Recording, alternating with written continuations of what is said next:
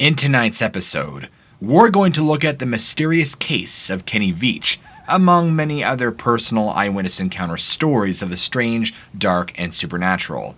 Enjoy this hour-and-a-half compilation. With so much paranormal content flooding YouTube these days, it was only a matter of time before this platform became a catalyst for unexplained activity.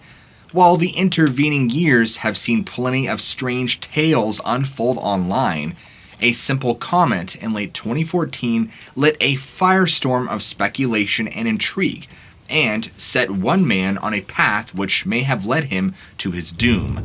Almost 8 years ago, a user by the name of Snakebite McGee left a comment on a YouTube video entitled "Son of an Area 51 Technician." The user made a wild claim, saying that ain't nothing. I'm a long-distance hiker. One time, during one of my hikes out by Nellis Air Force Base, I found a hidden cavern. The entrance to the cave was shaped like a perfect capital M. I always enter every cave I find, but as I began to enter this particular cave, my whole body began to vibrate. The closer I got to the cave entrance, the worse the vibrating became. Suddenly, I became very scared and hightailed it out of there. That was one of the strangest things that has ever happened to me. In another comment, he added, I solo hike across mountaintops that most people wouldn't dare go. I've been in more caves than I can count. I play with rattlesnakes for fun, but this one particular cave was beyond anything I'd ever encountered. Of course, such claims rarely go unchallenged on the internet. This wild story fueled curiosity and criticism in equal measure. After all, if the cave was close to this Air Force base, then the Nevada Test and Training Range was nearby, a unit of infamously known as the Area 51, where extraterrestrial craft are allegedly housed, reverse-engineered or flight-tested, depending on which story you believe. Some people said that Snakebit McGee was full of it. Other commenters asked for proof, and still others, hopeful that the story was true, encouraged this Snakebit McGee to set out in search of the cave once more, and to try and document his findings. And that is exactly what he did. The real name of Snakebit McGee was Kenny Veach, an avid hiker. Those closest to Kenny described him as a happy, fun-loving character full of energy and a love for the outdoors that was simply infectious, particularly the area around his native Las Vegas. He seemed to appreciate the things about Nevada that others would overlook, returning from his excursions with little treasures, artifacts from abandoned ghost towns, weeds from the desolate scrubland, or rocks, sand, and animal skulls from the desert. Kenny was well acquainted with the flora and fauna of the Southwest, and showed plenty of respect for, but little fear of, creatures like rattlesnakes. He was even comfortable enough to handle them in some of his videos. In fact, Kenny would pride himself on pushing the boundaries of safety in the wilderness, an arguably reckless degree. While sometimes accompanied by his girlfriend, Kenny would also hike alone for miles into areas where cell phone coverage was basically non-existent, spending as many as 4 nights in the desert. He rarely took a GPS or compass. As he wandered off trail, Kenny would test his own stamina, seeing how long he could go without using his supplies, eating and drinking the bare minimum. Describing his track record in YouTube comments, Kenny wrote this: I've been doing this sort of thing for over 20 years. I go where no one else goes, and I never take anyone with me. I find skulls of all shapes and sizes, and occasionally I find really old animal traps. I hike over mountaintop after mountaintop and sleep on peaks under the stars. Sometimes I have to scale giant cliffs to get myself out of a jam, but I always make it back. I'm beat up and tired, and my pack is almost always heavier than when I left. I had been rescued only one time by a chopper. I had blown out my left leg at the top of a mountain, and I only had a cup of water left to get me 20 miles back to my truck. It was also over 100 degrees out, so I have a very good safety record.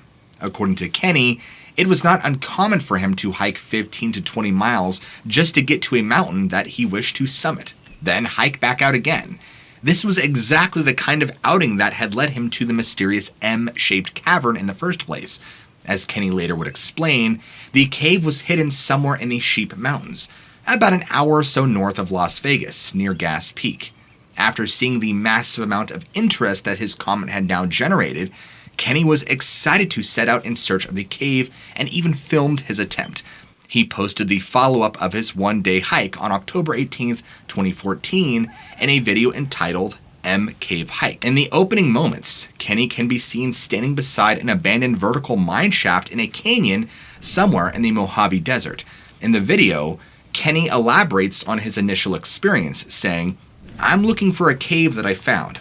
I didn't have a sidearm when I was here before, and something about that cave just spooked me. Out of all the caves I've ever gone in, this one just made my body vibrate and resonate the closer I got to it. The crazier my body felt, and I was like, all right, I'm not going to go in there right now, but I'm coming back someday." I talked to some people on YouTube and told them, and they kind of called my hand on it. So hopefully I'll be able to find it. It's shaped like a big M. It's a big cave that looks just like a gigantic M, and it's about as tall as I am and kind of narrow, and it's stuck on the side of a mountain. Unlike the first time, Kenny carried his 9mm handgun on this trip, ready for whatever came his way. Unfortunately, despite his confidence, the search proved fruitless after the 10 hours of scouring the desert. Not only had the location in the cave eluded him, but Kenny wasn't able to uncover any useful clues of any sort either. This seemed to baffle him. "I did not find the cave," he would say. "That is so weird. I mean, I thought for sure I was just going to be able to find it. I remember it being fairly easy." Undaunted and encouraged by his fellow YouTubers, Kenny resolved to set out on a third time in search of this M-shaped cavern. One comment, chilling in retrospect, read this: "No, do not go back there. If you find that cave entrance, don't go in. You won't go out." Kenny should have listened.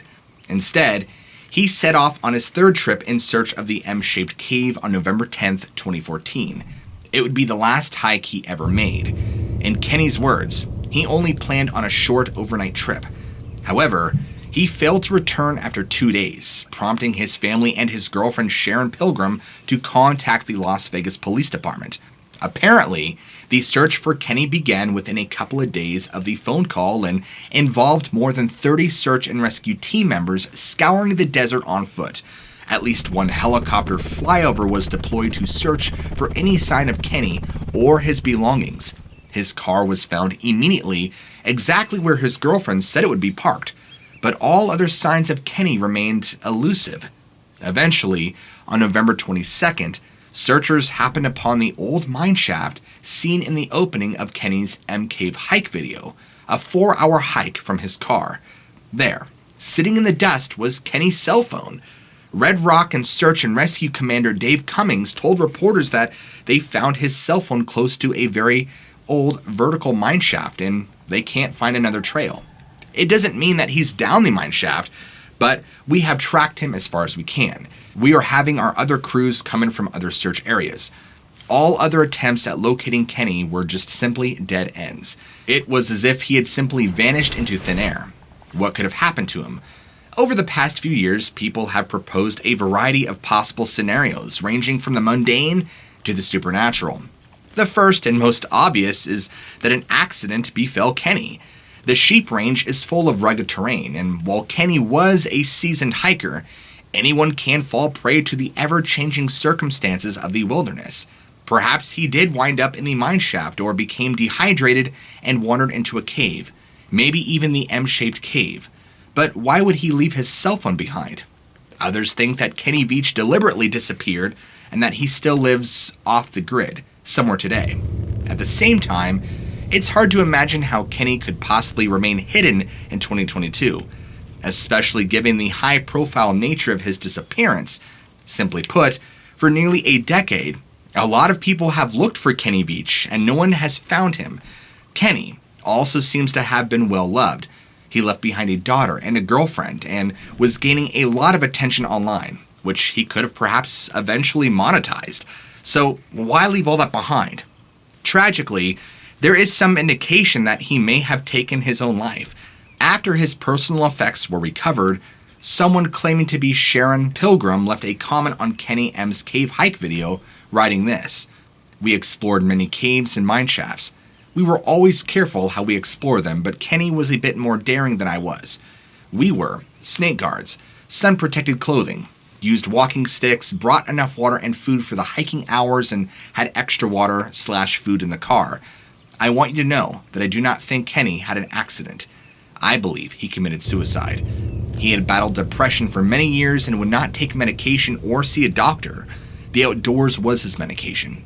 He quit his job a little more than a year before he had disappeared. So, if Kenny's girlfriend indeed is the person behind this comment, then sadly, the theory seems especially likely.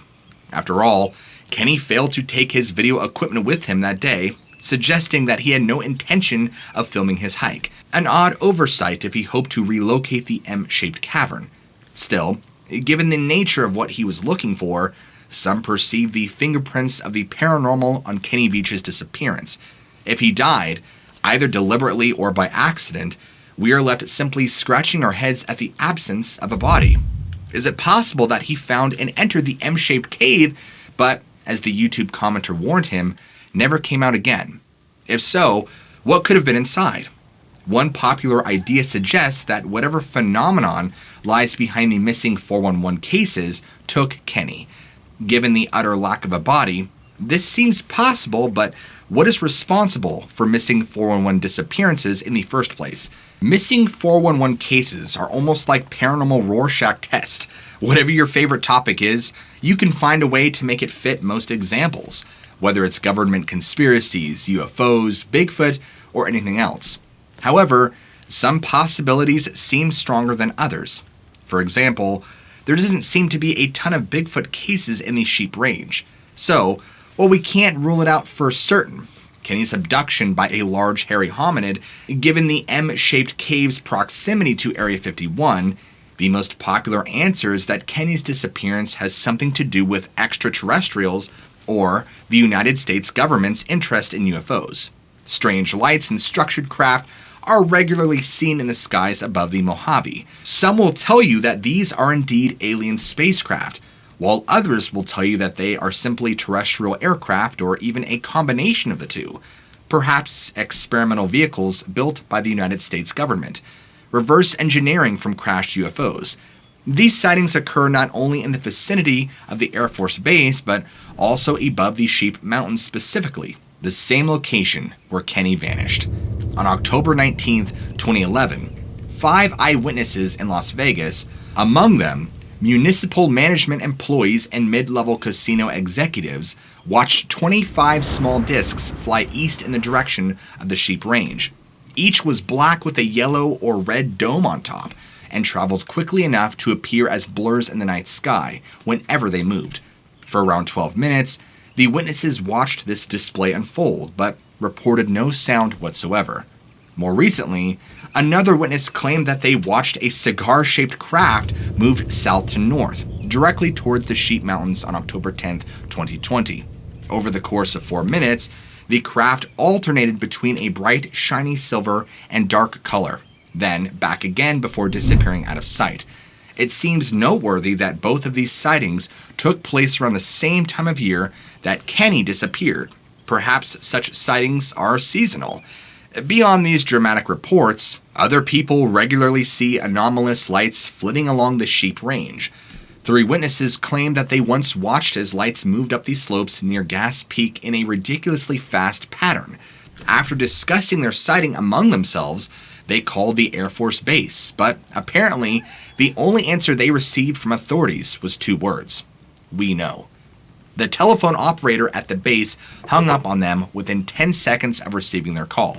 According to the officials, most of the lights seen in the Sheep Range are simply reflections from solar panels. And in 1986, Sergeant William Miner installed a solar-powered radio signal tower at the top of Gas Peak, which sits around 7,000 feet above the desert floor. Now, according to Miner, every year since 1986, we've been getting these calls, but they are always explained away. Miner claims that various times of year catch the sunlight at different angles, which can send reflections back down into the city below. These solar panels might certainly be responsible for some sightings, even lights, but move might be attributed to light waves distorted by the desert heat, or witnesses themselves moving, but certainly can't account for all the UFO sightings in the area. Was Kenny abducted by aliens, or was he simply in the wrong place at the wrong time? Some think that Kenny discovered a secret entrance to Area 51 and was silenced by the United States government. The strange, unsettling vibrations that Kenny felt could have been a security measure to keep people out of an underground facility, or side effects of extraterrestrial technology. These ideas, of course, find precedent in older folklore. Creatures of all sorts have been long rumored to live underground, from fairies and dwarfs in medieval Europe to extraterrestrials and cryptoterrestrials, and cryptids in the modern era.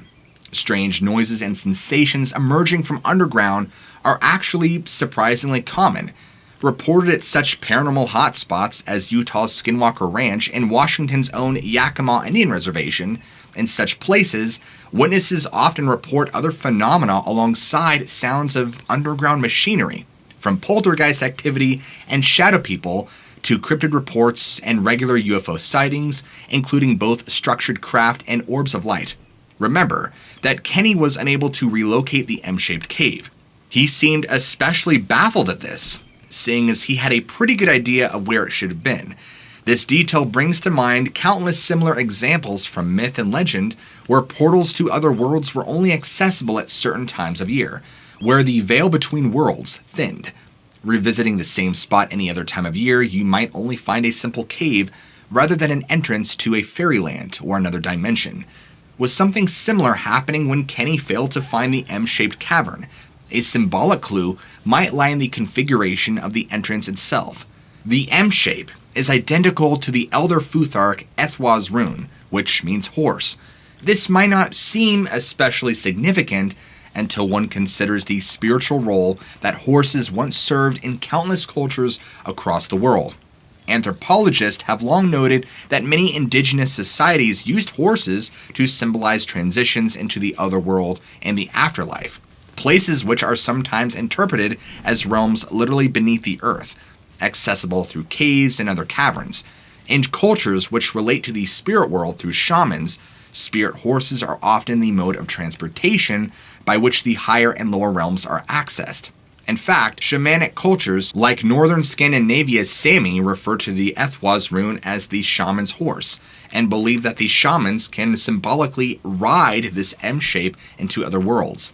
In other words, if only at a symbolic level, the shape of Kenny Veach's cave clearly indicates passage into another realm, one which our predecessors might have described as the spirit world.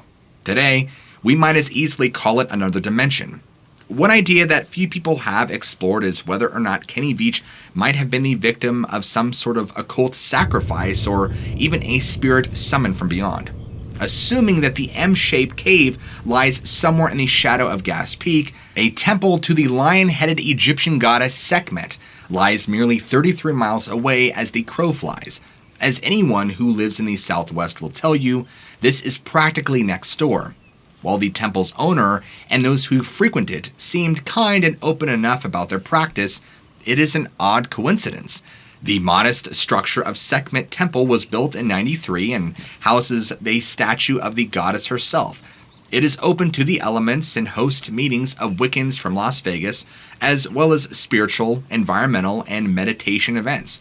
Despite the overall positivity the temple and its founders embrace, its presence alone raises a lot of questions. Most importantly, it seems to suggest that beyond UFOs, there must be other arcane powers in the vicinity of the Sheep Range. Historically speaking, pagan temples are rarely erected randomly. Sites are specifically chosen, sometimes falling upon ley lines, but always imbued with mystical energy. According to the owner, the site of the temple is powerful for many reasons.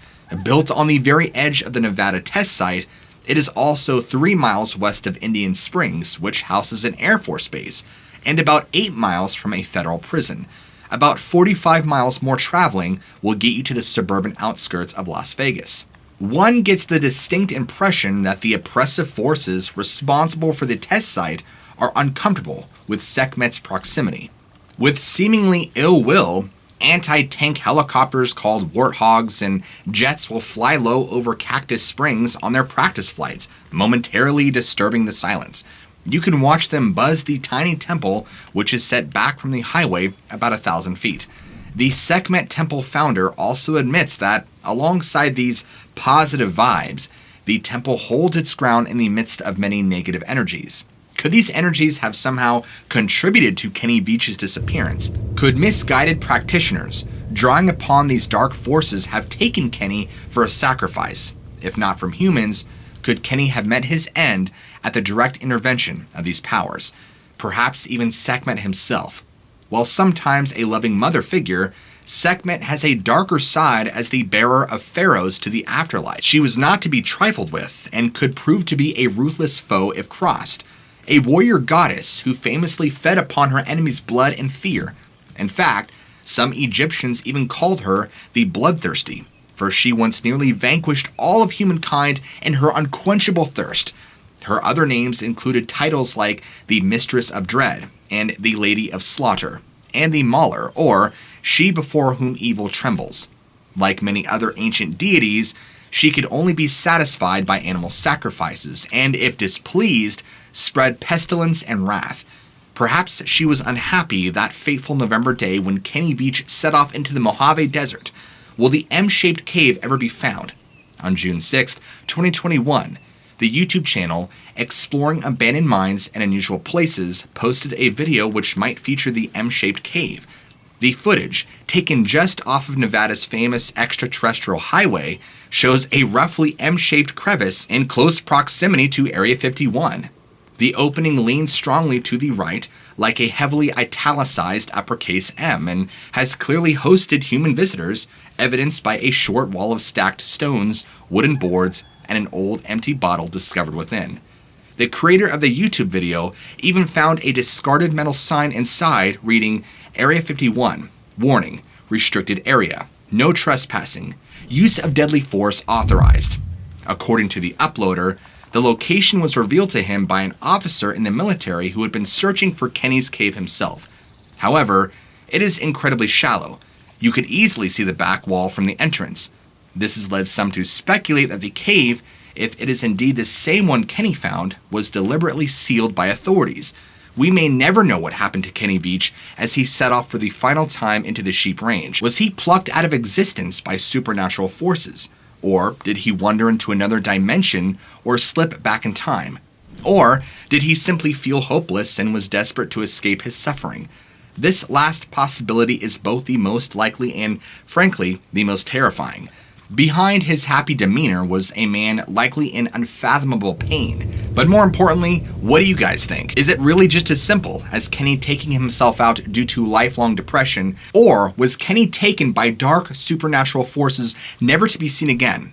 I'll let you guys decide. This is why I don't venture into the deep woods. Devin was 14, turning 15 on December 29th, and right around when this story happened. Devin, a young teenager, had lived with his family on a farm outside of Chickasha, Oklahoma, and they're right in a position where they could actually see the Chickasha airport from their house. Devin's home life is pretty normal, but also fairly boring, including a bunch of regular mundane chores he has to do that includes gathering any trash in the yard or field or one or two of the houses. And like any normal teenager, it is then his duty to take the trash down all the way towards the end of the driveway, which is roughly about a quarter mile or so long. So Devin's experience centers around this really creepy driveway. So it's November, it's nighttime, and Devin's mom had put something in the trash that she is hounding Devin, you need to go take this down to the end of the driveway now. It cannot wait. And at the very end of their driveway, they had a dumpster in which they would go and put their trash in to wait for the trash to be picked up on whatever day they would have a trash pickup service come. Well, Devin grabs his phone, which, like most of us, has a very bright flashlight app on it, which he used to illuminate his way down to the end of the driveway while taking out the trash. And of course, with him on this wonderful journey was this trash bag that weighed roughly 60 pounds as he described it, probably exaggerating. Now, it was up to this point that Devin had never actually taken out the trash at night, since they'd only been living here for probably about 3 or so months. And so Devin looks down the end of the driveway, but he couldn't see the other end. The trees that go down the driveway just kind of seem to consume all the light, and the moon being barely visible in the crisp autumn sky.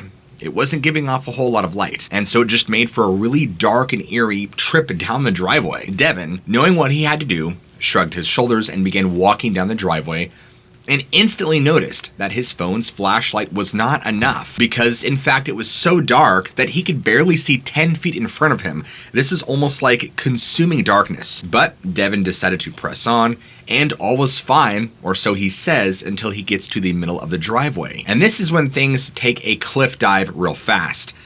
Immediately, he hears a voice of a friend who had recently moved away saying hello from the field directly to his left. He instantly stops and freezes, and he turns and he shines his light over into the field, looking and sees nothing except 2 feet tall dry grass. A little unnerved and shaken up, he's just convinced that he just somehow heard it in his head, and is like, you know what, I gotta take this trash down. I'm just gonna continue on my merry way. And so he keeps going down the driveway, but still listening very, very intently. He's looking around, he's checking his surroundings, making sure there's no noise, and he gets to about 3/4 quarter down the driveway. And he has heard so many different voices coming from all around the field, all around him at once.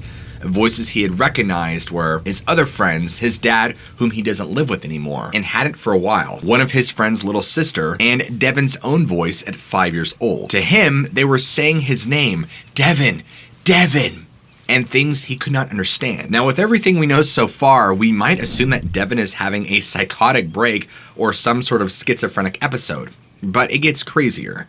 They sounded as if they were coming with the wind, and not from a specific area around him. So he keeps pressing on, terrified now at this point. He gets to the end of the driveway and stops. And he throws the bag in the dumpster, looking into the field for anything, for any signs of this noise, but sees absolutely nothing. No movement, no sign that anybody's there trying to prank him. And for a moment, he thinks about maybe calling or texting somebody to tell them to come to the end of the driveway with a car. But then thinks about it again and decides against it. Now that he thinks about it, Devin was not thinking clearly at all. His senses heightened, he was nervous, he was scared, but he decided that his only real course of action was to walk back down the driveway because he thought that if it were an animal or something, that it would chase him if he ran. So, bravely, he began to walk back, just listening and trying to remain as calm as possible. And the voices started again as soon as he entered the driveway again, saying words like hi, time, and go. At least that's what Devin could make out, and all these voices spoke in a chorus all at once. Devin, completely unnerved and frightened by this ever-continuing experience, continues to walk faster back down the driveway, trying to get back home as quick as he can, and then it changes. He now hears the sound of footsteps in the grass coming toward him. And this whole time, he had not looked back to the grass just because he was too scared to find out what was actually there, and had only ever looked back to the house. And so finally, Devin musters up the courage somehow to finally look back at what his possible pursuer was, and he sees this tall black shape as the light didn't fully illuminate what it was or show any features of whatever it was, but he could see that it was lurching there in the grass following him.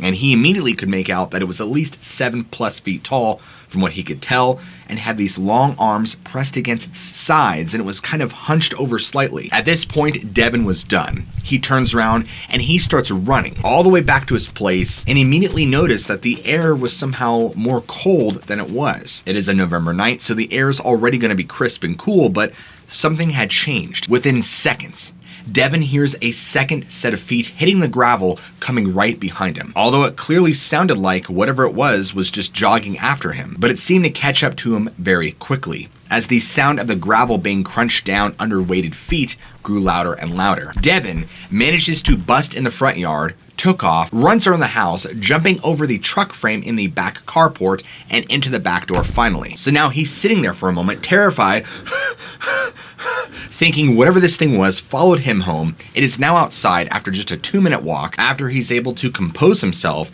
he gets up from the door, walks to his room where his brothers and sisters are in the room playing video games, and asks them, "Did you hear anything?"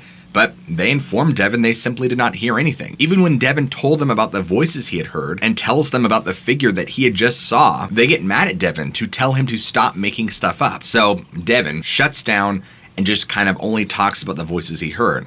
In the meantime, he tried to do some research and concluded that it could have been a skinwalker though, but he's not entirely sure. Not too long after this event, maybe within a couple of weeks, Devin had one of his friends over and his sister, telling them in details about the voices he had heard, but never telling them that it was his sister's voice he had heard that night.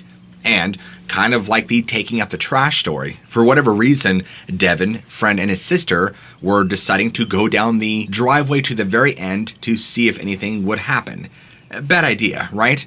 So, Devin talks to his oldest brother into going with them, and they picked up a couple weapons just in case. They had a couple of pocket knives, a pipe, Devin's machete, which he now brings with him anytime he has to take the trash out at night. And so they all go out there, right at the carport, and they're looking down the driveway. And the first test they want to do is does this dark driveway really consume light? Which it did. And they all agreed and were kind of disturbed by how little light the driveway provided. Devin and his older brother have the same kind of phone and the same kind of flashlight on the phone, while Devin's sister had her phone light and a separate flashlight. And with all of that light pointed down the driveway, they could still barely see 10 feet in front of them. And so now they start walking as a unit down the driveway, talking, but still very on edge of everything around them. The night was quiet, and it just felt eerie, like something could go wrong at any given moment.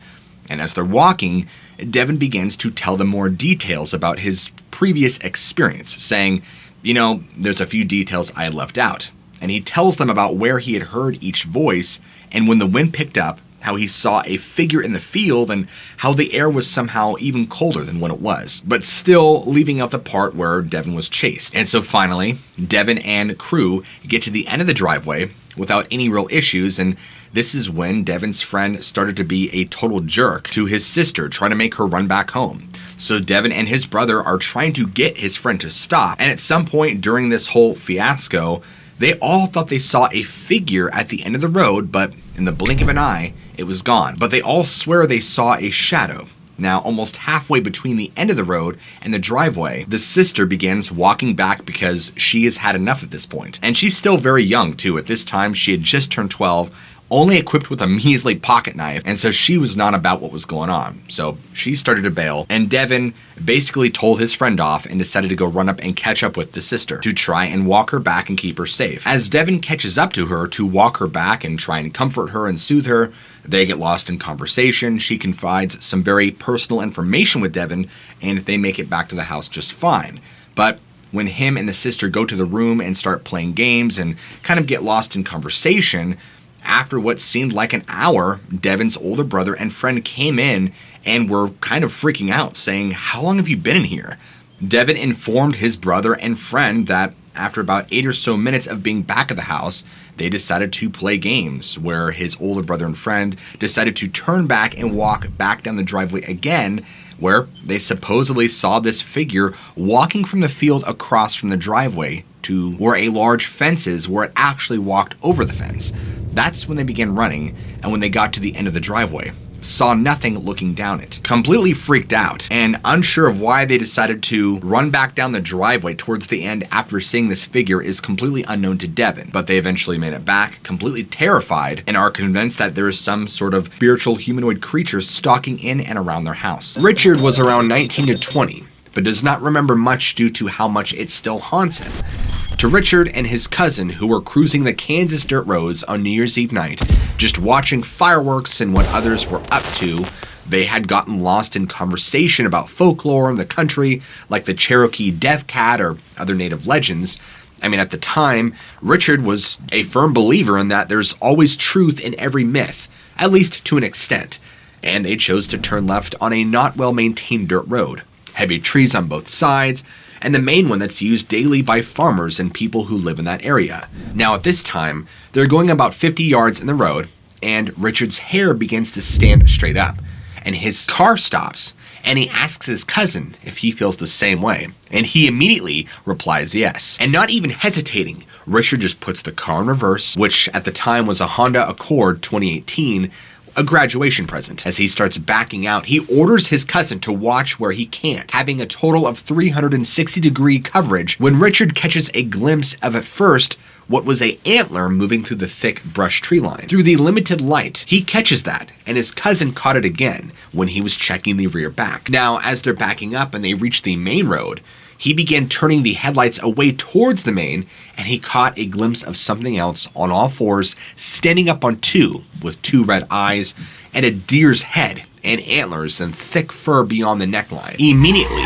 they hit the gas pedal till they get back to familiar territory with roads and neighborhoods they were well familiar with. Richard and friend had no guns in the car at the time, so if something did happen, they really had no way to protect themselves from whatever unseen force was out there. They never did return to that part of the road ever again or cruise heavy wooded areas after that, especially alone. They're always packing heavy heat now, in their car especially, in case something like this does pop up again. Even from Richard's perspective, it does sound sensationalized, but whatever he knew, deep down instinctively, he was aware that this thing was pure evil, and that he knows that they got out of becoming this thing's next meal. Richard firmly believes that it was something of legend, something evil that was trying to go after them. There was also no intaking or partaking of substances, drugs, or alcohol that night. In 1996, James was only 17 years old, living in southern Missouri at the time. And when a friend of his had asked if he had wanted to see a haunted house, of course James's answer was yes. So James and two other of his friends all piled in the car and headed out of town. Now, after about 20 or so minutes, they turned off the main road onto a dirt road that had kind of appeared as if nobody had been down it in years. After about a half a mile, they came to this small little bridge that went over a small creek. And this is when things all went wrong. James's car immediately dies and they could not get it to start again. So they climb out and start walking down the road towards what his friend said was the property with the house on it. And after about 10 minutes of walking on the road, came to an end and opened up into what looked like a yard with a small iron fence around it. And there in the middle of the yard, up on a smaller hill, was this huge 2-story rundown house. They had hopped over the fence. It was relatively small, so it wasn't too hard to hop over, and began walking up the path towards the house. The house had a rather large semicircular window above the door, which you could see there was a winding staircase just inside. As they get a little closer, one of James's friends said, Did you see that? And the rest of them kind of look confused and say, no, see what? Then, James and friends all look up and see this light that had came and illuminated the entire stairway. And just then, they all see what looked like this old woman coming down the stairs a few steps at a time, looking at them and turning back and going up the stairs. And then the light goes out. Now, at this point, James and all of his friends freak out. They turn and start running down the path back towards where they left the car. But in the weeds that were about chest high at this point, they had heard something running beside them. So James looks over to his left, and there was a set of red eyes keeping pace with them. They jump over the fence and run as fast as they could back to the car. And as they approached it, they noticed that it had been turned around and was now facing away back to the main road. As they got closer, those eyes that were in the weeds following them, that were keeping pace with them, were now under the car. They're all incredibly frightened, so they jump in the car, noticing that there were no other tire tracks, no footprints, but theirs. No visible or possible way it could have somehow got turned around. It didn't make any sense. James's friend turns the key, and wouldn't you know it, it starts right up. They hit the gas pedal as one of James's friend in the back seat let out a scream, telling him, go, go, go, it's right behind us. And they drive in silence all the way back to town. As they pull into James's driveway and get out, the guy that was sitting in his back seat, the one who had screamed go, go, go, was now complaining that his back had hurt. So he pulls up his shirt and notices that he had 3 long scratch marks down his back. So at this point, they slowly walk to the back of the car, and there on the trunk were 3 scratch marks in the paint.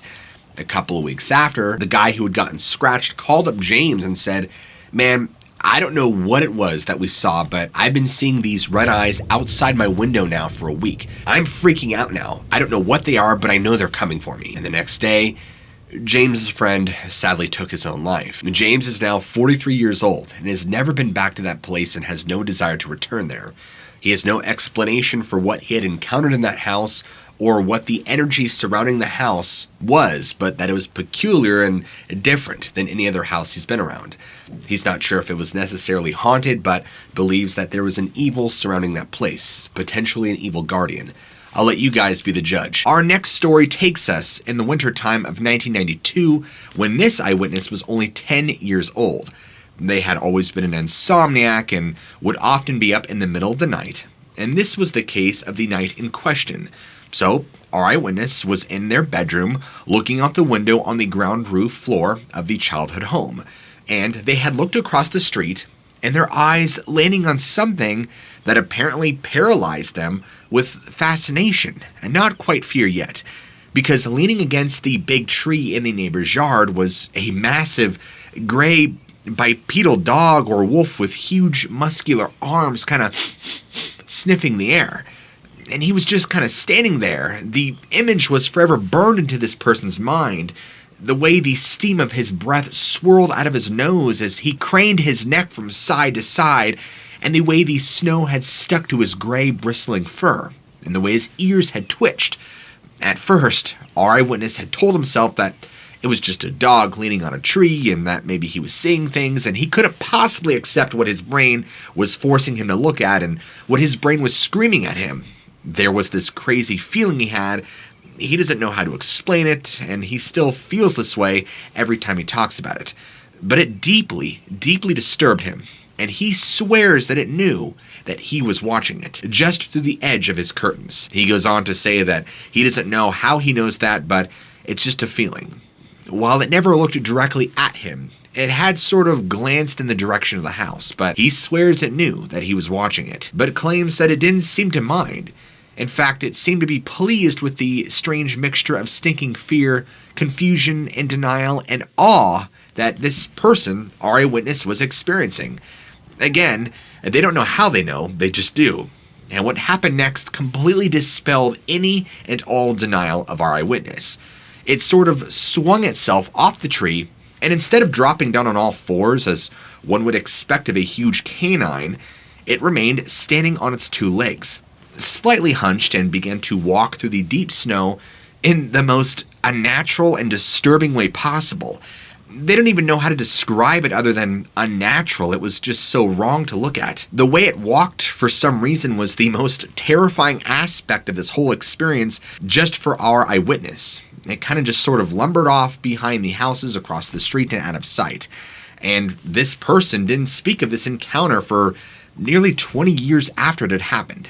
They had never heard anyone else speak of it locally, or in Ironwood, or anywhere else for that matter, and just simply chalked it up to another one of the absolutely insane things they have seen in their life that they may never speak of and makes them question their own sanity. But then, on one evening, while they were listening to Ground Zero with Clyde Lewis, he was talking about the Michigan Dogman, and our eyewitness's head almost exploded. They couldn't believe it. Other people had seen and talked about this thing. And so he finally breaks his silence and begins to tell his wife about it.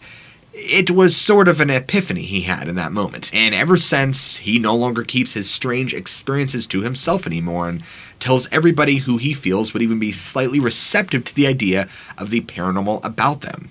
Because in his mind, he imagined how long he had kept these strange secrets to himself for fear of being seen as a lunatic, and how even though he thought he was probably insane, and wondered how many other people are out there, walking around with similar experiences and similar self-doubt, just waiting for somebody to come along and share the strange tale that allows them to give themselves permission to speak freely and feel validated about the things they have kept locked inside of them for so long. It's shocking how many people, once a story is told like this, have some sort of experience of high strangeness of their own. Gabriel was in his backyard that was a good 3 or so acres until it hits a dense forest. This was roughly about 6 or so in the afternoon, and Gabriel was sitting relaxing on the porch swing in near 50-degree weather with his 2 dogs.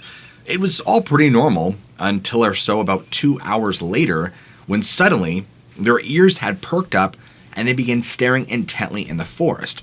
Their posture was low, and they had that look of seeing something they did not like. This occurred for probably around 30 seconds until they bolted at the forest. Gabriel thought it was the smell of rabbit that they caught. That was until the barking was dwarfed by some demonic scream or shriek, as Gabriel describes it. He jumps to his attention, his blood running cold, and the barking of his dogs turns to sharp yelps. Thinking fast and knowing that they were dangerous animals in the area, such as coyotes, wolves, bears, etc., he grabs a hatchet that was located on a pile of logs, a flashlight, and put his iPhone on vertically facing the forest and pressing record. And he did this more as an afterthought. He sprints to the forest, hoping that he was in time, and not just a second when he got to the edge, his dogs bolt back to the house, yelping and whimpering as they went. And then everything goes dead silent. And Gabriel means dead. The way he described it is if every living creature around him just all died at once. Being prodded by curiosity, Gabriel was only about 20 or so feet into the forest when he felt that gut feeling of something following him. He then stopped to test that theory, and to his sheer horror, the sounds of heavy footsteps stopped a split second after Gabriel's. He was shaking like a leaf at this point and did not move for about 2 minutes until these footsteps began moving, but going around him this time. Judging by the sheer crunching of the leaves and twigs and branches, he originally thought this had to have been a bear at least. And then they stopped abruptly in front of Gabriel. What he did next was something he had hated himself doing up to this day. He turns his flashlight on, and it moved in front of him. And there this thing was. This thing, it was easily 8 feet tall with bone-white skin that was so stretched on the body frame, it looked like the slightest movement would split it open. He described it as being humanoid in appearance, that was, except for its abnormally long arms and unnatural-looking face. Its head was human-like, but its eyes were completely void and gone, leaving just soulless sockets, and its lower jaw was split in two and connected by muscle. He watched in horror as the thing's lower jaw would split open, then close back, making this bony click. The thing was, he didn't know if it was staring at him, but if you could say that it could see him without eyes, he would. Gabriel didn't know if it actually knew he was there or not, until about several seconds later. It spastically moved its head to the left as if hearing something. Gabriel steps backwards and a loud crack of a branch emanated from beneath him. He looks down to see a branch now split in two beneath his feet. When he looks up again, the thing's head was looking right in his direction, and what he described as buckets of saliva oozing from its maw as its skeletal face glared at him. He yelps involuntarily, and the thing let out a long, ear-piercing scream as its lower jaw stretched out left and right. He doesn't even remember what happened next, but just as soon as he sprinted back to the safety of his house, only hearing the heavy footsteps right behind him. He gets back to the house with all of his breath gone, and suddenly remembers that his phone was recording. He looks back to the forest to see if it was following him, but to his surprise, the thing was not there. It must have stopped following him when he had reached the border of the forest. He gave himself the small comfort that it was probably his imagination. That was until he saw his dogs. His husky had a gash on its back and on his Shiba Inu. This was not his imagination. Now, this wasn't a Wendigo, he's convinced, because there would have been a foul odor and other assets along with it, he described. A skinwalker? No, he doesn't believe that either. He's not sure what that thing was, but he believes that it was definitely supernatural in nature. Leaf is a Cree who grew up in the James Bay/Hudson Bay area from a small northern community, an island called Moose Factory. Upon growing up, Leaf had been around stories of Bigfoot and Sasquatch, but these are not myths or stories of boogeymen that hid in the dark waiting to snatch unruly children. They were just a reality that everybody knew existed, as when the winter arrived and the river froze over, they would often, and very often, see tracks and footprints at the local dump, and they were often told and warned by elders to just leave them be, and not to bother them. In fact, Leaf recalls one specific winter night where he was chased by one. Trees as thick as about 4 to 5 inches were snapped in half easily, and a clear trail could be seen alongside the dirt road where Leaf was followed and then chased, that night in full winter gear. He had ran faster than Usain Bolt. When Leaf had told his father, he grabbed his rifle and they took a skidoo to the spot where the chase began. And that's when both Leaf and his father noticed the snapped trees and wide-waist deep gashes in the snow. And Leaf's father confirmed it was not a polar bear, and it was in that moment that he first saw a fear in his father's eyes, which was disturbing. He remarked in Cree, "They hunger," which is a rough translation of what he said. And they never talked about it again, and he ordered Leaf to never walk home after dark again until the winter was over. Now, a couple of years back, Leaf was speaking with his father, and he actually recalled that old incident. And when he had asked his father about what the native folklore is concerning where Bigfoot and Sasquatch came from, his father said the most popular legend he recalls from an elder, Bigfoot arrived about an eon or two ago. They were in essence a native tribe. A legend states it was time when famine took over the land, and rather than starve, this one tribe began to turn on other tribes in the form of cannibalism, that they got such a hunger for human flesh that they morphed into a creature absent of compassion and godly morals. And because of this offense, this creature was cursed to take the form that we know today. It should also be noted that Leaf spoke about UFOs being commonplace while growing up as well, as Bigfoot and UFOs seem to have some sort of common connection, a link, if you will. UFOs and crafts in the sky were also present in Leaf's father's time and his father before him. These objects were often seen in and on the hunting and trapping grounds of the James Bay Cree. Many in the older generation, though, do not know or equate these objects as aliens or from outer space, but refer to them as either angels or demons, and they were always advised to not communicate with these unknowns. Leaf, along with a great majority of kids he grew up with, have witnessed firsthand these bizarre, disturbing anomalies that they were told were pretty normal. But to city folk, it always surprises Leaf and his friends at their sheer unbelief and the crazy hypotheses that are circulating it. Bellamy has two very interesting stories.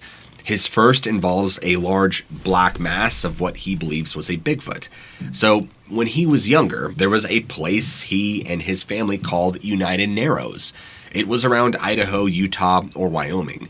This was right around between 1990 to 1998. Somewhere in that time frame. It is a lake, a river area, heavily wooded, with some clearings for campsites, if Bellamy is recalling correctly.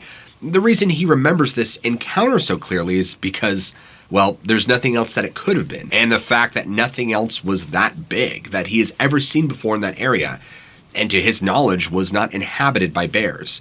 So, long story short, Bellamy was with his cousin playing with the cup phone and other kids that do that at that age, and they found this really nice bush and were using it kind of like a fort. It was a semi-secluded area, still close enough to run back to camp, but away from adults, which made it perfect for kids to play.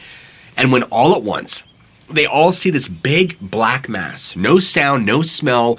Maybe they were just too focused on such to hear or smell anything, but it scared them, and they ran. Being little kids, they were convinced it was Bigfoot. Now again, Bellamy reiterates that the shape of this was all wrong, and there's no way this could have been a bear because it just did not seem right. And of course, you could look at this and say, well, they were kids. They could have easily misidentified a bear, especially with the circumstances of them being overly paranoid and scared. It's very possible, but I'll take Bellamy's word on this one.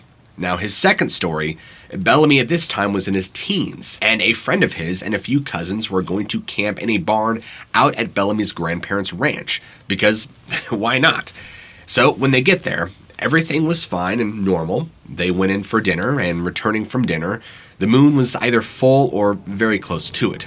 So they stepped in the barn, and they see this white beak with white and black peppered feathers and white claws and black feet on a perch with white rings around where the eye should be. It looked very intimidating, as Bellamy would describe, for what they thought was an owl.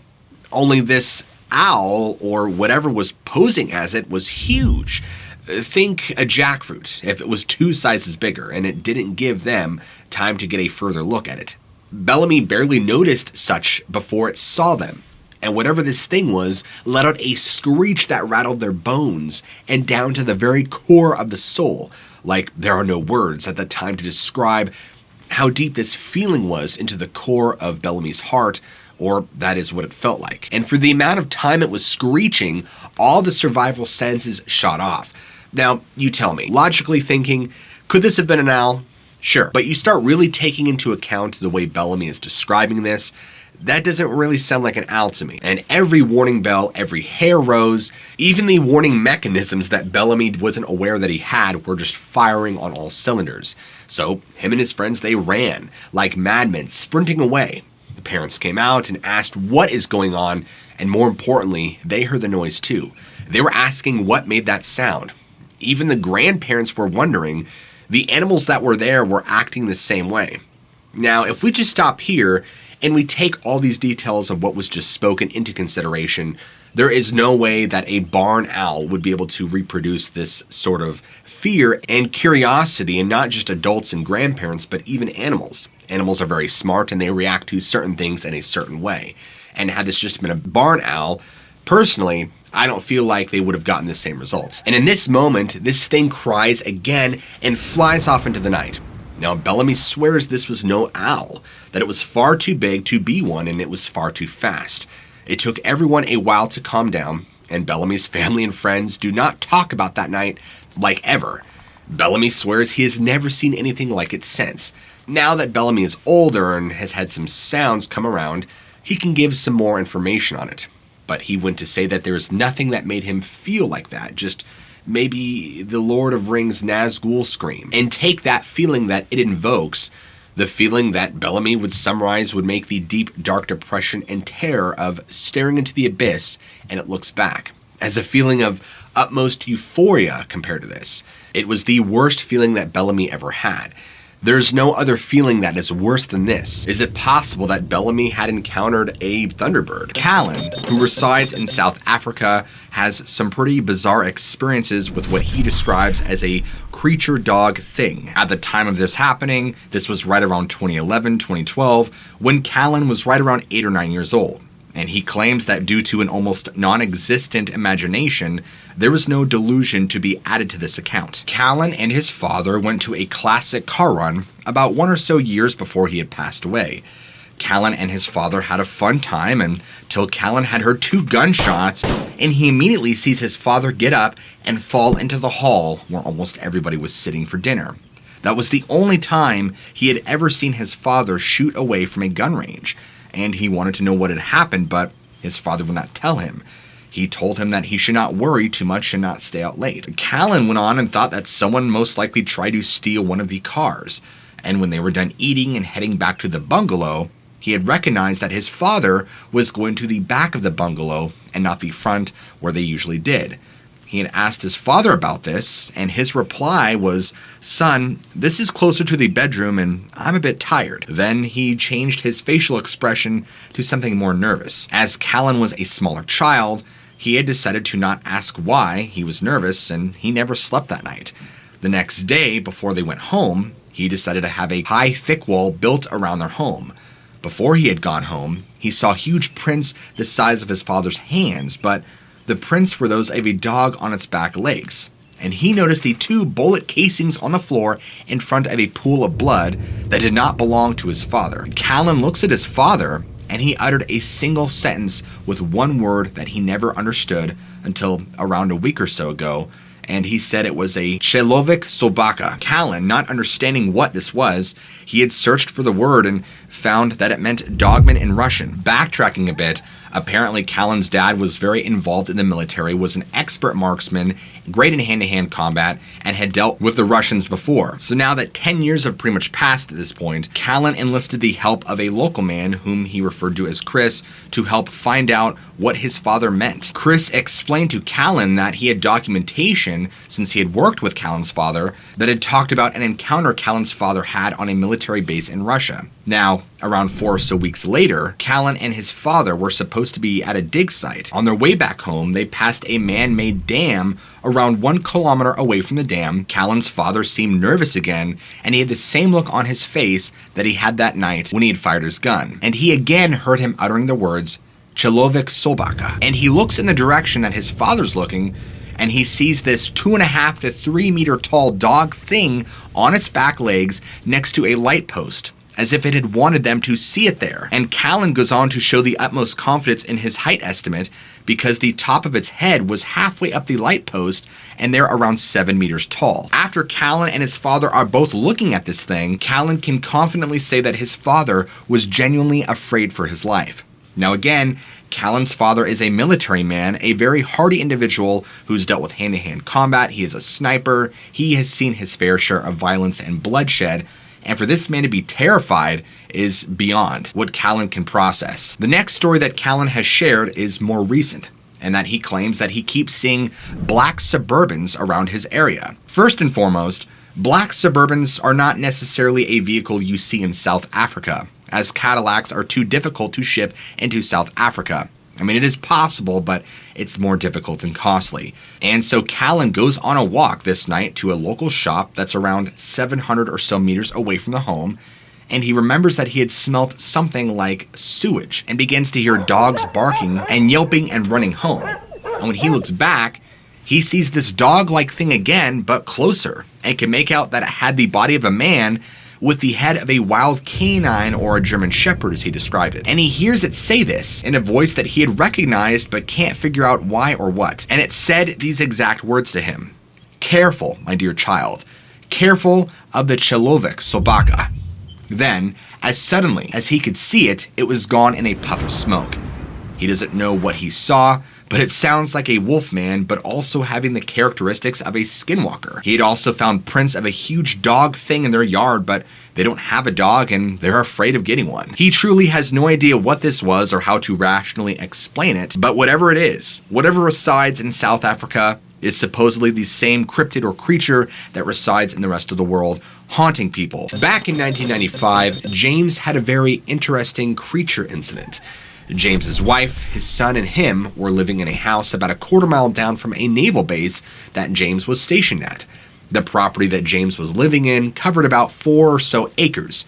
It consisted of one house and a woodshed about 30 feet away from the side door. Now, on the evening of July 22nd, about 8 p.m., James looks outside the side window of the kitchen and notices their dog Rosie was staring at the corner of the shed. Very odd.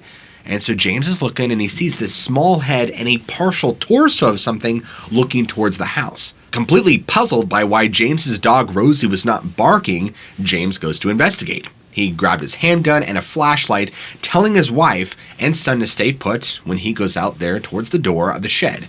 Rosie still had not so much as growled and was still looking very intently inside the shed now.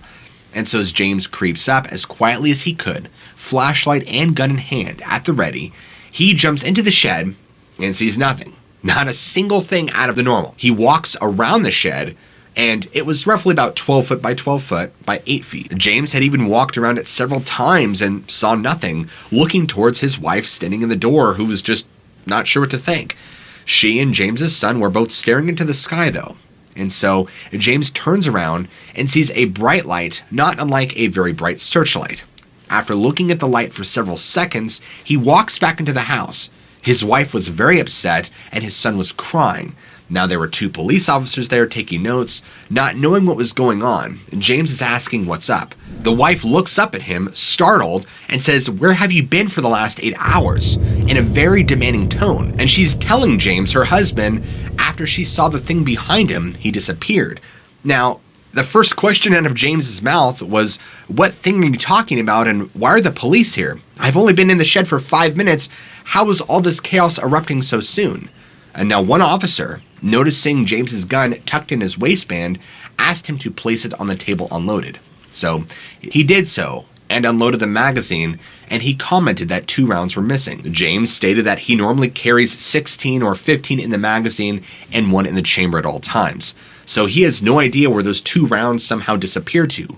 But according to James's wife, the creature was about 3 feet behind James, and her best guess is about 4 feet tall, kind of hunched over and walked like a monkey. And it followed James around the shed several times, and then on the 3rd time around, it wasn't there. And she yelled at James, but James did not respond. And on the 4th circuit around, James never emerged.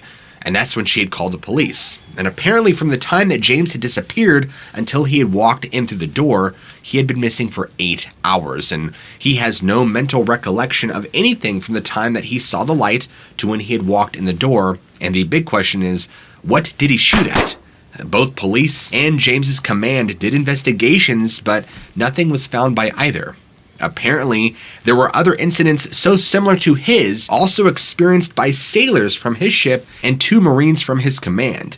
And to this day, he is not sure what had happened. But again, what did he shoot at? Surely this was like something out of the Twilight Zone. Story comes from a guy by the name of Richard. This occurred near Grand Valley, Pennsylvania summer camp. Richard had been going to this beautiful camp for so long that the years just flew by. And time again, Richard would have the time of his life, and thinking back of having some of the very best and most memorable experiences that he'd ever had. This place is stunning and special, and the forest and the cabins and the stars, everything is just beautiful and in abundance. Richard described it as if glitter was falling from the actual sky. Now, all these years later, he had never had one experience that ever seemed as strange. Up there, Richard always seemed to have a complete sense of peace, and never even so much as a chill. Well, that all changed one year. Richard believes it was right around 2002, maybe a year or two shy, but you get the idea. And as always, Richard would be ready to go to camp 3 to 4 days early, mainly to prep camp and clean up and get his cabin ready for the campers. Richard's crew always went up just to settle in and get things ready to roll when the kids arrive. Usually 8 to 10 counselors and anywhere up to 100 plus kids. So all goes very smoothly the first night there, and the next day the same thing. But then, the second day, Richard goes to hit the bed as always, either reading, watching a DVD, or just falling asleep like a brick due to all the exhausting activities outdoors. Apparently the last, because Richard didn't even hit the pillow, and his eyelids were out. He was sacked out. Around 2 in the morning, the cabin, which is very large, which is raised about 3 to 4 feet, sleeps about 13 people, begins to violently shake. And it wakes Richard up very suddenly, and he began to hear a very rough scratching directly next to his bunk. So he pounds on the wall thinking, just an animal. And it stopped when Richard had pounded the wall. So he turned and proceeded to fall back asleep. How? I have no idea. Because nope, it started again. And so Richard, annoyed now, pounds again, and it stops. He breathes a sigh of relief, and boom, banging started again. And when Richard says banging, he means banging. And now he's not a person of fear, so he pounds back. Unfortunately, he proceeded to lay on an onslaught of curses into the echoing empty cabin, and it finally stops. Angry, now very angry, Richard's sitting there exhausted, waiting a little while, and guess somehow he had passed out again. And all of a sudden, the pounding and scratching wakes him up again, and it stops again. 5 times total it happened in the night, and Richard responded with the same reactions every time. He was younger back then and just didn't let it bother him. Now, if that were today, he would have gone outside and checked. So the following morning, he wakes up to start the fire pit and get coffee going and relax next to the fire, and then he realized, last night. So he sets his cup of coffee down, goes over to the side of the cabin, and proceeds to look for proof of an animal or somebody that was there. Well, to Richard's surprise, not a scratch, scuff, or disturbed dirt anywhere around the cabin. He walks around the entirety of the cabin and even checks under it and the rest of it. Nothing. Not even a beaver chew mark on the wood. Richard is completely beside himself. But he did his best to let it leave his mind and didn't have an incident the rest of the 11 days there. It only made a light bulb go off many years later that something was definitely amiss. First off, all the windows are open to see in except the curtain window by the trail, so nobody can see in walking past. And second, Richard's floor starts at 4 feet off the ground, and bunk added another 2 feet. The bottom bunk, of course. Third, the bangs were next to his bunk only and not around any other. So what was tall enough to see in the other windows to know that Richard was there and not the top bunk? Also, Richard's weekly supplies for the week fell off onto him. That's also how hard this thing was banging. All in all, it was one of the most strange things to have happened to him in the woods with nobody else around.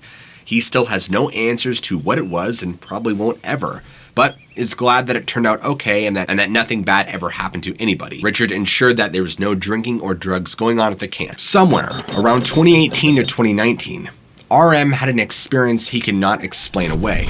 His family are very outdoorsy people. They love going camping and riding ATVs to the woods to the point to where they had been taking RM along on their trips for years now.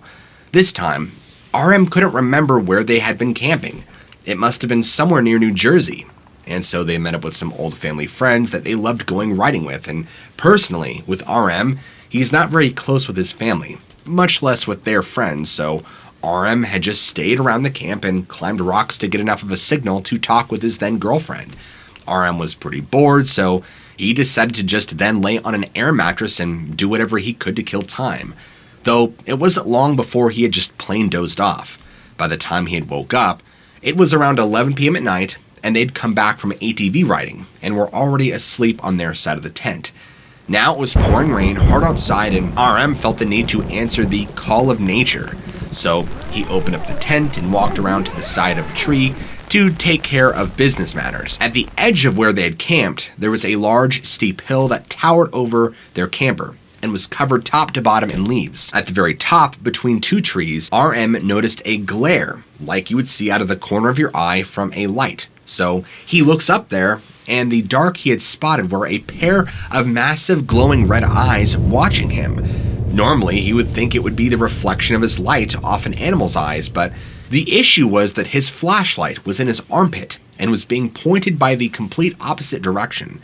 He was mesmerized by the eyes. His body was now locked up and frozen with fear when he had tried to look away from whatever was staring him down, although he just couldn't, and began to feel his heel slip and knock him down. At this point, he's scrambling back into his tent. Through a tiny flap he had half zipped up on his tent, he could peek through a tiny bit from the side, and he sees these same eyes glowing again, but they were now much closer than before and were reflecting directly off the side of the family friend's camper. So he just zips up the tent all the way and hides, hoping whatever it was would go away. His heart now pounding faster than it ever has before, and this awful dread squeezed his stomach harshly. And he just sat there, awaiting for what felt like hours, waiting for whatever this was to get out there and get him. But it never did. So when the sun finally came up, there was a knock at his tent from a hunter in the area who apologized to him and his parents. He said that in the night he was hunting a deer and the deer might have ran through the camp. But what RM describes is saying that he saw no deer. He's seen the way light reflects from a deer's eyes, and this looked nothing like that. On top of that, if a deer managed to quietly get down that muddy hill in the rain, it would have left some kind of tracks or a sign, but instead, there was absolutely nothing. This freaked RM out, and was the very last time he had ever gone camping. He sticks mainly to suburban areas for now. He is convinced that whatever he saw might still be following him, that whatever it was somehow attached itself to him or did something to him, because sometimes when he's alone at night or during the day, he'll start to feel that same dread return to his body. Then he begins to hear strange noises where there shouldn't be any, and figures that it might still be watching him from the shadows nearby. About 7 or so years ago, Jake had discovered a strange sight northeast Alberta, rural boreal forest, while hunting. There was a dead large cow, her yellow plastic ear tag intact, but below the neck and full cape of its hide, rest of the body was missing. Obviously dead for at least 24 hours, but no maggots, no bugs, no creepy crawlies at all. No scavenging birds or weasels, mice, etc. And of course, no flies. This was September, so things should have still been relatively warm. On the head, only its eyes, both of them, were missing. Nearby was remains, and Jake means only few remains of the two cats. This was only apparent that their legs detached and staked neatly between two small trees. Of course, there was a blood-soaked ground, some hair, some gristle, but there was a strange aroma in the air. And Jake will describe it as best he can. It was this unidentified solvent. That's the best words for this. Not strong, but it was in the air for sure. The place this happened was on the corner of a forested gravel road, in the ditch. But it's a very busy area with an above-ground oil pumping station less than maybe 1 mile away. Maybe 5 rural cabins or homes within 2 square miles of this ditch. Now, trying to explain this away, it does take a considerable amount of time to butcher 3 cows along this comparatively busy section of rural road. Just north of this spot is a very popular fishing lake with old, disused campgrounds too. Many RVers use it throughout the year, fishermen and hunters too. So it's really hard to believe that they had the time to cut and butcher these 3 cows without being discovered and reported to the police. It's very strange. Jake has never seen scavenging bears or wolves or coyotes or ravens or vultures at all. Once or twice, crows, and that's it though. These are commonly seen in northern Alberta, especially if around free dead beef carcasses. So Jake reports it to the police, complete with the ear tag number, and turns out that the cops had informed Jake that these cattle were actually stolen from a ranch elsewhere. And while it remains a mystery of who stole these cattle and butchered them, we will never know for sure. This experience is something that Sean rarely ever speaks about, and so Sean's sister never speaks about it either. Even her boyfriend from the years never even learned of this story. And her current boyfriend of almost 2 years does not even know. To set the scene a little, there's this old abandoned cabin within Sean's hometown. Now, Sean's hometown isn't too big. I mean, only around 200 people even live in the town. Of course, they're not too far away from a city, and there's another town about 10 minutes away. Even still, Sean's small town is very closely knit, as many small communities are. I mean, everybody at the local school knows each other, and they could even say that they've grown up with each other since elementary school. Their town is so small because of the woods, they live on the edge of the Rocky Mountains in Colorado, specifically the Wet Mountains, and the ancient woods have never had too many tales of the paranormal. Their tiny town has rarely any stories of ghosts or werewolves or anything like that, but many of them do believe in the paranormal, especially within the confines of the woods. And there's this old cabin within these woods that has been abandoned longer than the eldest of their townsfolk. I mean, nobody knows who built it, but the structure is strange. The house has a giant pine tree growing straight through the middle of the house. Sean used to believe that the paranormal was just misidentifications, as he had personally believed in science more than the metaphysical. That was until this story had taken place. Sean was a 9th grader so when this happened, and he was working to get his driver's license, and his older sister had finally gotten hers. Now, a problem with being in a small town and in school is there's not a lot of bus drivers. So most buses were crammed to the fullest, and Sean hated it.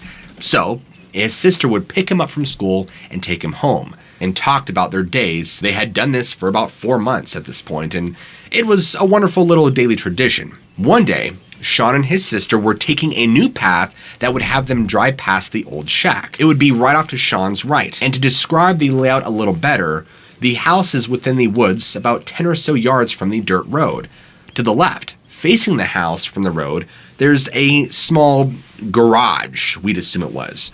Completely run down. The roof has even caved in on the right side, and the entire back wall, other than supports, had completely fallen off.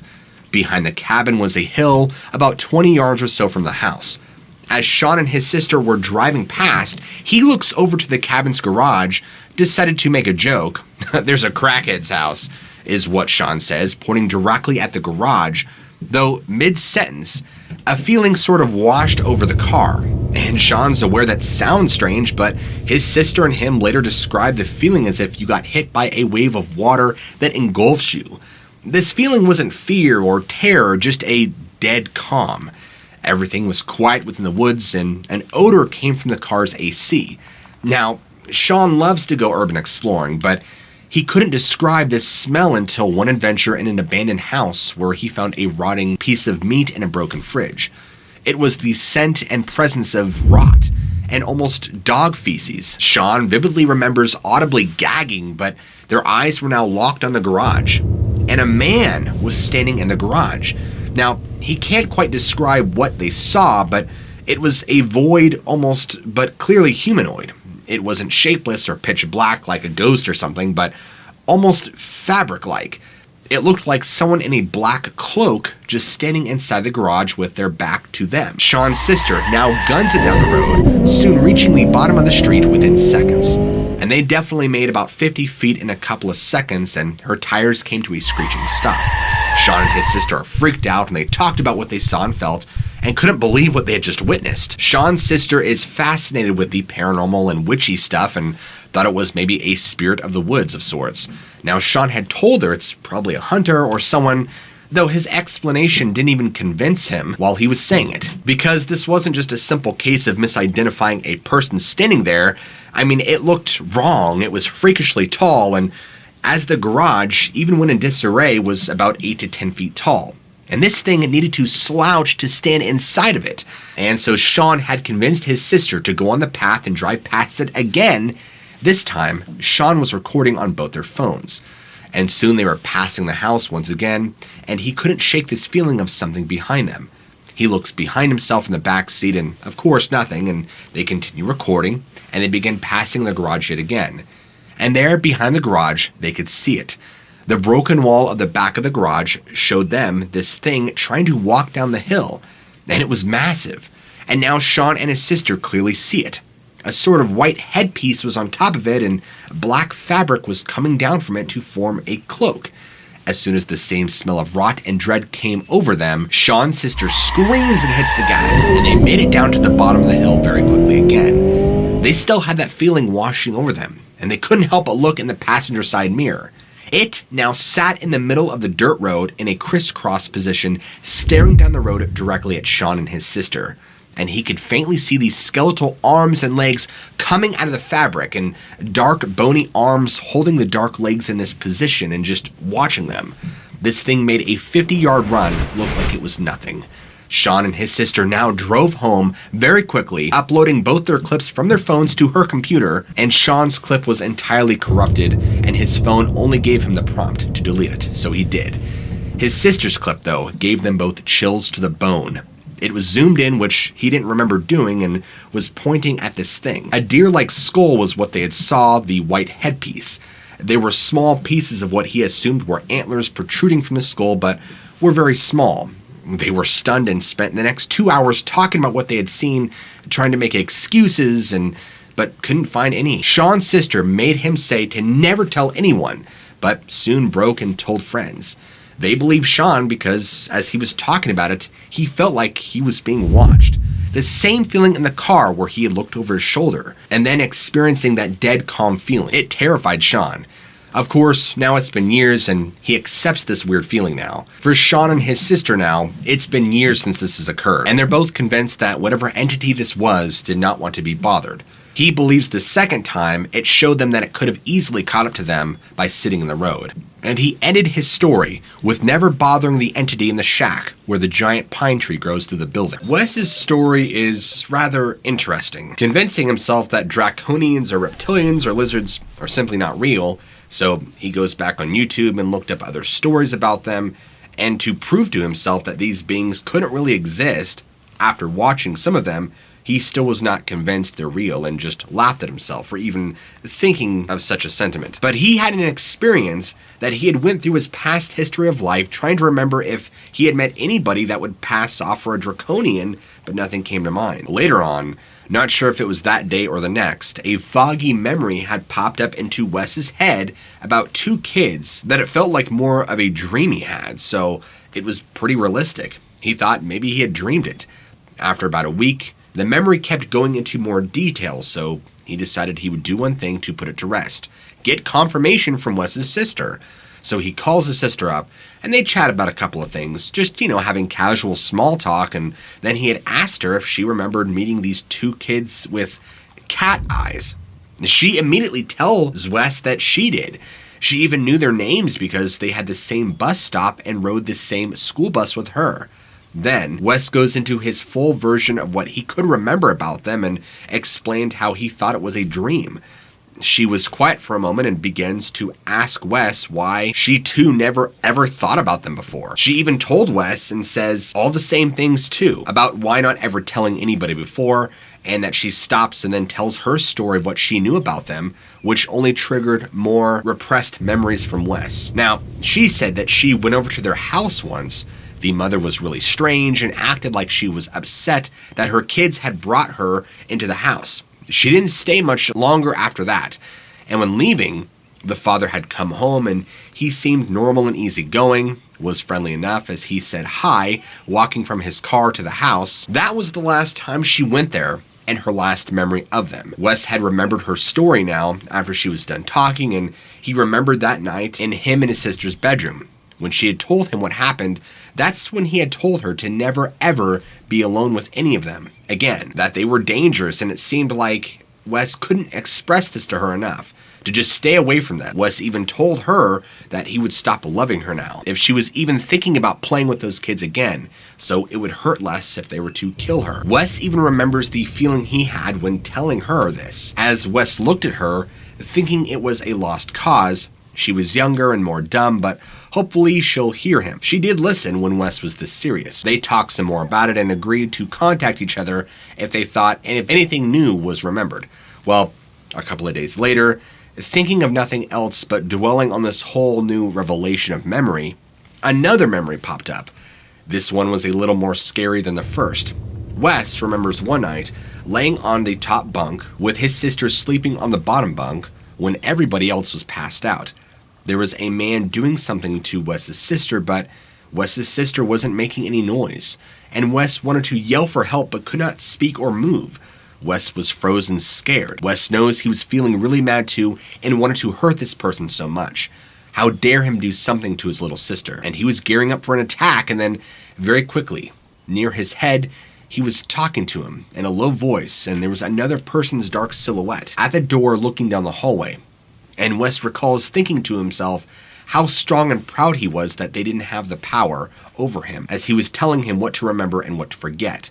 The person at the door was the kid's mother, and she kept interrupting him, saying that Wes wouldn't listen, that it's not taking. The man had walked over to her, the kid's father, and he could hear their hushed voices arguing. Now the father had approached him again, all while Wes could only watch. His body would not move out of fear or something else. He doesn't know, but he felt it trembling. And he tells Wes in his ear that he never saw anything unusual. Wes has no interest in his family and wouldn't tell anybody about them or even go down their street. If Wes happened to ride his bike, which is all those kids did back then, with his friends past the house, Wes was to not even look in their direction. And so Wes just shook his head yes. But Wes was convinced that he'll remember all of this and they'll be sorry. But Wes will play it safe and tell them exactly what they want to hear. So he tensed a little, sighed, and shook his head. Now this man, whoever this guy was, he was the father of these cat-eyed children, had told Wes in his ear that Wes wouldn't do anything because he would have to come back and take out his family. And instantly, Wes knew that this man could hear his thoughts, and that terrified Wes because he knew that they would come back and do as they said. I know this story and this ever-continuing stream of bizarre memories is slightly confusing, but from what it sounds is that Wes and his sister had these traumatizing experiences with what they believed to be draconians or reptilian people. Taylor, who back in 2004 in high school, on a weeknight at about 8 p.m. in Kansas City, Missouri, having lived only around 5 minutes away from downtown and 5 minutes away from the Missouri River. He had lived near some woods and was on his way at this time to go pick up a buddy who worked at the plaza about 15 minutes south. His mom was in the house watching TV, and so Taylor left the house, locking the door, and as he was walking on the porch to go get to the stairs to get to the car, he thought, wow, what a nice evening. I mean, it was October, it was beautiful, it was very calm, it wasn't too cold, and it wasn't too warm. Although generally October is never warm anyway. But you get the point. So as he's about halfway to getting to his car, he looks up at the tree line and sees something flapping its wings twice. And blinking and double taking and realizing that whatever it was flapping its wings had bat-like wings and that the wingspan was humongous, like 12 to 15 feet humongous. And the body was maybe a third of the length of the wings. It was not a bat. I mean, Taylor is aware of what bats look like. The tree was maybe 50 feet high, but the thing flew right over Taylor. I mean, Taylor's terrified by this, and instantly he thinks of Jeepers Creepers, that same kind of flying bat-like humanoid if you've seen the movie. And his fight or flight instincts kick in, and his entire body is screaming at him to get the hell out of there. Now, you can call this a misidentification, or that he probably just saw something and his brain, thinking irrationally, decided to conjure up the fight or flight senses, which would cause him to panic and then hallucinate even more. Which you could think, but There are many other accounts of strange bat-like creatures and humanoids and flying things within the Ozark range. So anyway, Taylor runs up the stairs, opens the door in a hurry, and goes to his mother and tells her immediately, "Come out here. There's this huge bat-like creature in the sky." She comes out to the porch and looks around and doesn't see anything. And so Taylor is still so freaked out by this occurrence that he waits another 30 minutes before even going back out. Of course, he still went and picked up his buddy and told him about the event, and his buddy just laughed at him. No one would believe Taylor. He just vividly remembers this thing flapping its wings twice and gliding off into the sky. He goes on to say that he has no history of hallucinations or any mental illnesses, and he is very good at gauging size of objects at a distance. He's also really good at maps, navigating, understanding his location with landmarks and all, and just didn't know what it was. As I've already stated, there have been ample amounts of strange accounts of flying humanoids and bat-like creatures all throughout the Ozark area. I mean, the entire area is just creepy, filled with all sorts of strange phenomena that people experience. So I would not put it past Taylor to have truly experienced or seen something like this. Butch grew up living in a small town in Texas. Butch is 18 years old and finishing up their senior year of high school. He had gotten back home from a track meet at about 9 p.m. at night, and it just turned dark outside. Getting out of the truck, he noticed some eyes shine in the woods right outside the fence about 10 meters away. Now, given where Butch lives, he thought it was just another stupid deer, most likely the one who had ate his parents' mint plants. So he grabs his bag from the back seat, flips it off, and went inside. 15 minutes later, he was on the back porch drawing hot water for a soaking bath to hopefully relieve the pain in his legs, because they have a giant bathtub on the back porch that they affectionately call the spa. Earlier that day, Butch had helped his relay team get first and advance to area, as well as set himself a new personal best in his individual running event. Anyway, once the scalding hot water was drawn, Butch had put on one of a What Lurks Beneath video. Now, ironically, and just as he had listened and was lying there in the water, about the end of the video, roughly 35 minutes later, he hears a rustling in the leaves right behind the fence, believing it to be an armadillo, but then he hears this low growl and a slight snarl. This immediately kicked in his "oh heck no" instincts, going into full overdrive, so he turns the video off completely, grabs his flashlight, and listens. And he hears the fence rattle a little bit, and a heavy thump, followed by a slow crunching. His nose is suddenly assaulted by the smell of a rancid, stinking dog, and he could hear the slow, methodical breathing of a large, likely dangerous animal. Then, the porch shuddered as he had seen a slight discoloration in the paint of the banister on a small area. Butch hesitantly put the flashlight on the area and clicks the button. What he saw will never be forgotten. In the blinding light of the flashlight, he saw what appeared to be a huge wolf head, followed by a hairy but very distinctly humanoid upper torso. It had enough muscle mass to make any bodybuilder blush in shame. You must understand that the porch itself is only 4 feet off the ground, so for this thing to see Butch, the thing must have been at least 8 feet tall. Its angry yellow eyes dilated when he had blinded it with his flashlight, and it snarled while using its arms to shield its eyes. It appeared to shift posture, like how someone telegraphs their movements in a boxing match, except instead of throwing a powerful right hook, it vertically jumped up and landed on the porch, and Butch could hear the wood creak in protest. It began to stalk the short distance toward him, flexing its claws and letting loose another growl. Looking back, Butch admits that he was so incomprehensibly dumb and claims that he didn't even really feel fear, but at this moment, with what looked like a werewolf that had been locked in the gym for an entire year slowly approaching him, he freezes up, did not shrink away or cower because he physically couldn't. All his muscles tensed up at once, making him unable to move. As this thing got within about 7 feet of Butch, it stopped, staring down at him while he just stood there, knee-deep in hot water, literally staring back up at it. And it was right then that one of Butch's dogs woke itself up barking, making his other 2 dogs start barking as well. And Butch believes this honestly saved his life, as he thinks this monster was just expecting an easy kill or something. It had snarled one last time, slashed at him with its claws, and ran off into the forest. It looked back one more time, And that was when Butch had realized it was the exact same eye shine as when he had got out of the truck, and he had flipped it off and turned his back on it. It is a miracle he is still alive, honestly. It managed to nick him when it slashed, leaving a shallow cut on his chest. Butch is aware you might not believe him, but he has the scar and the memories to prove this. So what do you guys think? Let me know what you think in the comments below. I would love to hear your opinions. Also, don't forget to smack that like button. And if you're new to the channel, be sure to go ahead and hit that big ol' red subscribe button and keep your notifications turned on, so that way YouTube will let you know every time I release a great new video. As always, guys, I love you all. Keep an open mind, and I will see you guys in the very next video.